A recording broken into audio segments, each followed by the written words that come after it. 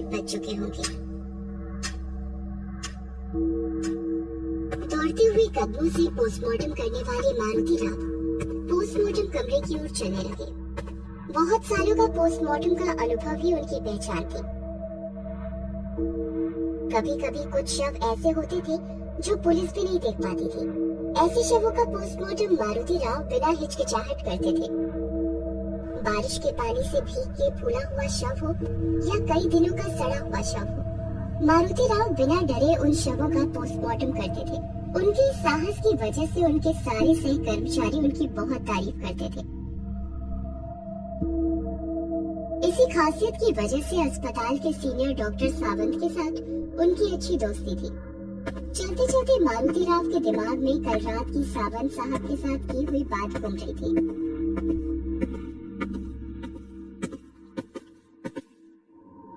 कल रात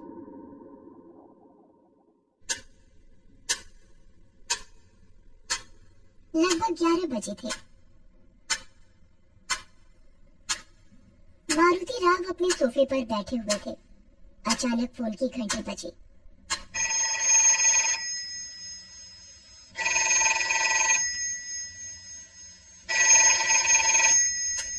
घड़ी की ओर देखते हुए मारुति राव ने फोन उठाया। हेलो जी, कहिए सावंत साहब। मारुति एक लड़का है, उसे काम से निकालना है। मेरी उसके साथ कुछ खास बनती नहीं। उसने मेरे साथ कई बार बदतमीजी से बात की है, इसलिए आज तुम्हारे साथ उसकी ड्यूटी लगाई है। नाम क्या है उसका? दीपक नाम है उसका। अब ये दीपक बुझ ही गया समझो साहब। पोस्टमार्टम रूम में काम करना कोई बच्चों का खेल नहीं है। मारुति, एक बात पूछूं? संकोच भरी आवाज में सावंत ने पूछा। सावंत साहब, संकोच किस बात का है? पूछिए जो पूछना है।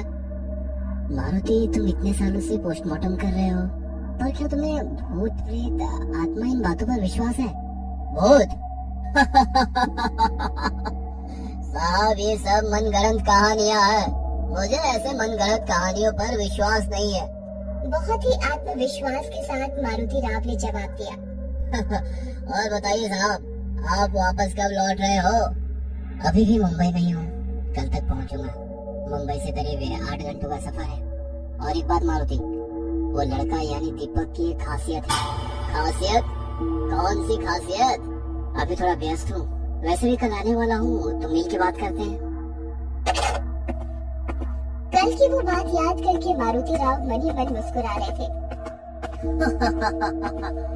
आज फिर सावंत साहब ने एक जिम्मेदारी मुझे सौंप दी। जिन लोगों को काम से निकालना होता है, उन लोगों की ड्यूटी सावंत साहब मेरे साथ पोस्टमार्टम कमरे में लगाते हैं।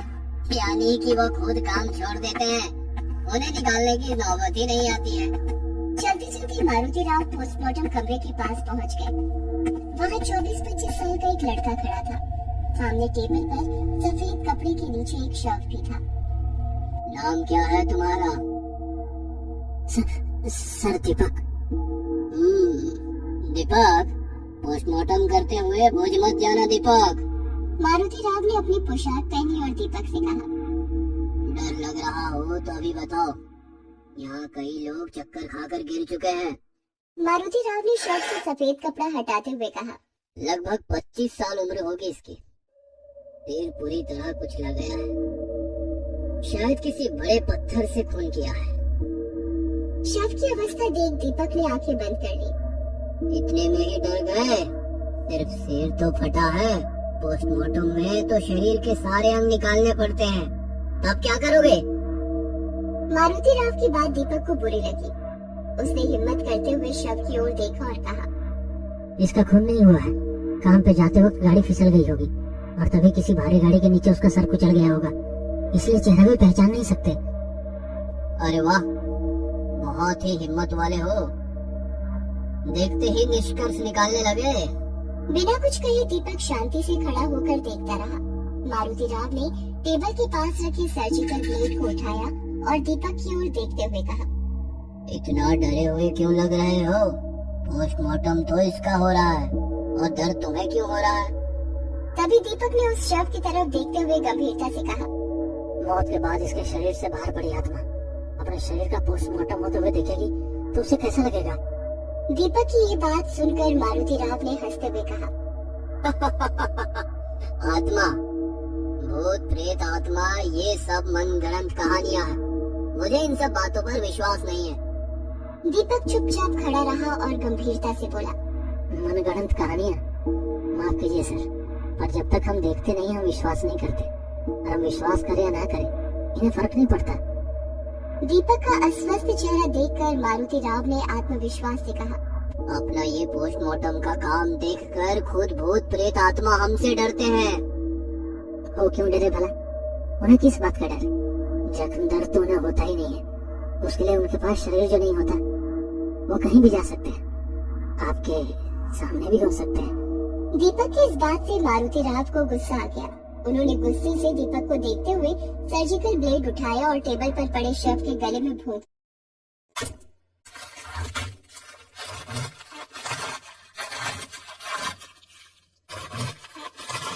ये सब नजारा देखकर दीपक की आंखें फटी की फटी रह गई। उसके चेहरे का रंग ही उड़ गया। दीपक के चेहरे का उड़ा रंग देखकर मारुति राव ने उस शव के शरीर के अंदर हाथ डाला और शरीर के कुछ अंग बाहर निकाले और कहा, इसके फेफड़े की हालत देखी, दारू सिगरेट का परिणाम है। अपनी तिरछी नजर से दीपक की जेब से ऊपर निकले सिगरेट के पैकेट को देखते हुए मारुति राव ने कहा, तुम्हारे फेफड़ों का भी यही हाल होगा। लगे हाथ उनकी भी जांच करे क्या? मुस्कुराते हुए उन्होंने कहा, पर दीपक बिना कुछ कहे चुपचाप खड़ा रहा। मारुति राव ने थोड़ा थोड़ा करते हुए पूरा शरीर चीर दिया। आवश्यक अंगों के सैंपल ले लिए। एक हथौड़े से उन्होंने खोपड़ी को अलग किया जैसे कि कोई ढक्कन खोला। दीपक भावना शून्य चेहरे से उस शव की ओर देखता रहा। उसके चेहरे को देखते हुए मारुति राव मन में कहने लगे, लड़का बहुत लीडर है। चीर फाड़ किए हुए शव को वापस सिल दिया और कहा, दूसरी शव का पोस्टमार्टम भी नहीं करूंगा। आज तुम बस देखने का काम करो। पोस्टमार्टम किए हुए शव को ढक दिया। वहीं उनकी नजर बाजू में सफेद कपड़े से ढके हुए दूसरे शव पर पड़ी। थोड़ी देर पहले ही वो शव वहां रखा था। शव के बाजू में पैड पर शव का नाम लिखा था। नाम पढ़कर मारुति राव की आंखें फटी की फटी रह गई और दीपक की ओर डर भरी आंखों से देखने लगे। दीपक निडर जैसा खड़ा था। क्या सचमुच दीपक निडर था या वो निडर होने का नाटक कर रहा था? मारुति राव कुछ समझ नहीं पा रहे थे। मारुति राव ने टेबल पर रखे पैड को उठाया और उस पर लिखी जानकारी पढ़ी और शव पर रखे सफेद कपड़े को हटाया और उनके हाथ से पैड फिसल कर नीचे गिर गया। इतनी देर आत्मविश्वास दिखाने वाले मारुति राव के चेहरे का रंग उड़ गया था। वो झट से टेबल से दूर हो गए। उनके चेहरे पर अजीब सा डर था।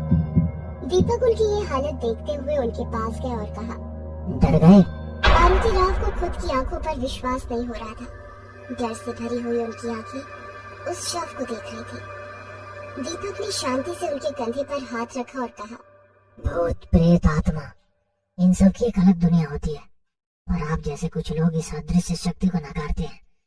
आपके नकारने से उनका अस्तित्व और सत्य नहीं बदलता। मारुति राव एकदम चुपचाप एक मानसिक सदमे में थे। कहीं ये सपना तो नहीं? नहीं, ये तो सच है। उनकी आंखें फटी की फटी थी, जैसे उन्हें सांप सूंघ गया हो। अभी अभी पोस्टमार्टम किए हुए शव को वो पीछे मुड़कर देखने लगे। सब कुछ मारुति राव की कल्पना शक्ति के परे था। मारुति राव की ये हालत देखकर दीपक के चेहरे पर एक अजीब सी मुस्कान आ गई। उनके रंग उड़े हुए चेहरे को देखते हुए दीपक ने कहा, आपका चेहरा बता रहा है, ऐसा दृश्य आपने अपनी जिंदगी में पहली बार देखा है। तभी दरवाजा खोलते हुए सीनियर डॉक्टर सावंत और उनके सहकारी शिंदे अंदर आ गए और टेबल पर रखे शव को देखते हुए कहा, ये अचानक कैसे हुआ?